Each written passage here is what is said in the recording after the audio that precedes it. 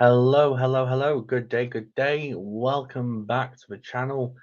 Today, following on from the fourth video in the Technical SEO Basics series, which looked at canonicals as a concept, today we're going to be looking at them in a little bit more detail and actually building off the back of an article Patrick Stocks wrote, which succinctly covers the 20 different canonical signals. There is a link to Patrick's blog in the video description below. So, canonicalization, as we covered, is the process used by search engines to consolidate duplicate content across web architecture, across multiple pages, to determine the primary version of a piece of content identified by a unique URL or URI for indexing. This is a signal and not a directive, and something which Google can overrule and overwrite if it feels there is a better fit within this canonical cluster which you're trying to manage for users. Google uses around 20 different signals to make these different decisions, and what I'm going to do briefly is just break down what these 20 different signals are. As I say, for a more in-depth read, please check out Patrick's blog post in the video description below. But essentially, the 20 different signals, you have the HTTP over HTTPS, which is a given. For a number of years now, Google has preferred HTTPS over HTTP for security reasons. So it will oftentimes, if a HTTPS URL is available over a HTTP, it will favor this for the deliverance to users. There is a preference seemingly towards shorter URLs, so this doesn't mean that all URLs have to be exactly one word, two words, or three words, but if this potentially could be a tiebreaker between different URLs if one is more succinct than the other. Now, it is our belief that Google doesn't use keywords in URLs as a ranking factor or for ranking purposes, but they are used as document IDs and as hints to what is within that HTML document and site content. So, more succinct, more concise, more accurate. Then there's the actual canonical tag itself, which we covered in the fourth video. Then you have more broader special things, so things like your XML sitemaps. So best practice there is to only actually include canonical URLs in your XML sitemaps and not URLs which are not actually part of your index cluster. Typically, a lot of very basic technical checks will kind of show that you have URLs which have no index tags, for example, in your XML sitemaps, but these really should go one step further. And if you have a URL you don't want to be indexed, it should be removed. The XML sitemap is not a dumping ground for every URL on the website. Then you have your internal links. So this is how you are linking to pages consistently, the anchor texts you're using internally, and how the prevalence of those links on a page.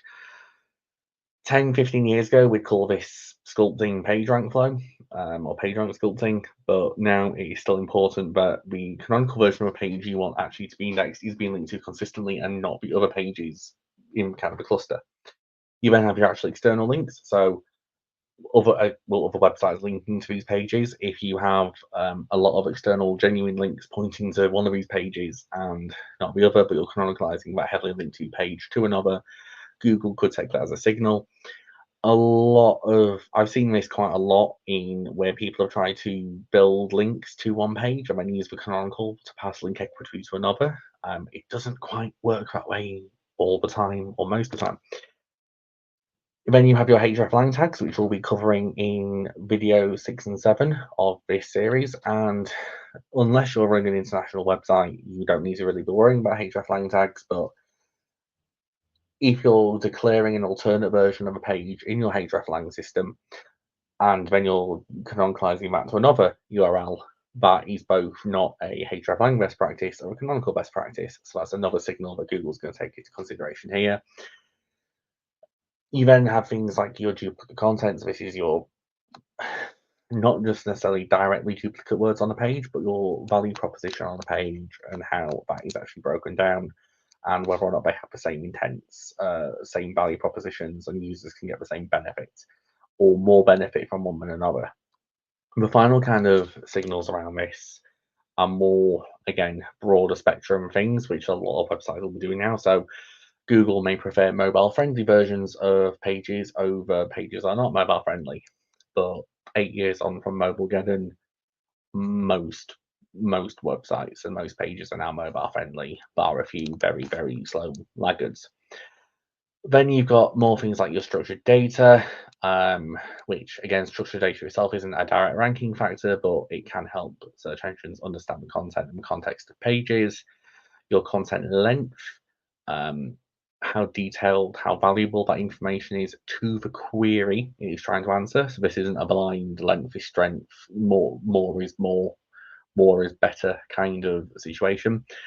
Your content freshness, again, some queries have this notion of QDF, which is query deserves freshness. So again, some queries need fresher content than others. Some can have stagnant older content because it's still relevant to answers the query and doesn't change.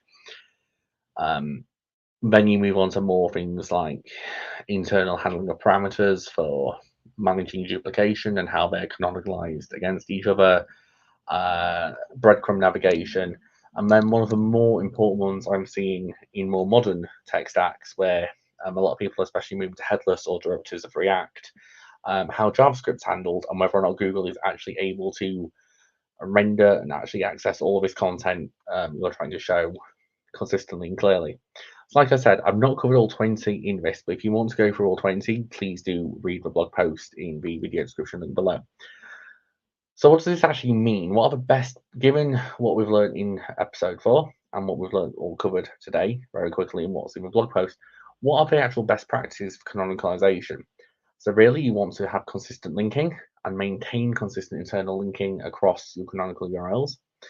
You want to make sure you're using them correctly and not just trying to manage crawl and index through canonicals. There's other methods for that through robots.txt and no index, and just not having the page is also an option. You want to make sure you manage your internal redirects properly, your hreflang properly, and you want to monitor for essentially duplication of pages, not necessarily just directly duplicating a page in the CMS or creating 5 different pages for white t-shirts or Adidas sneakers or something like that, but actually having that question, do I need this page? Can this page be incorporated somewhere else and not creating either tons of doorway pages or tons of other irrelevant pages? So kind of time is backing. Canonicalization is essential for ensuring content is properly indexed and ranked by Google and other search engines. And really by understanding what the canonical is and not just relying on tools to do self-referencing checks and things like that, you can actually avoid issues. And also understanding what in Search Console, Google overriding some of these canonical decisions might not necessarily be a bad thing. Not all Search Console errors are bad. But on that note, I want to say thank you very much for watching. If you've liked this content and liked this video, please do show your support by subscribing to the channel.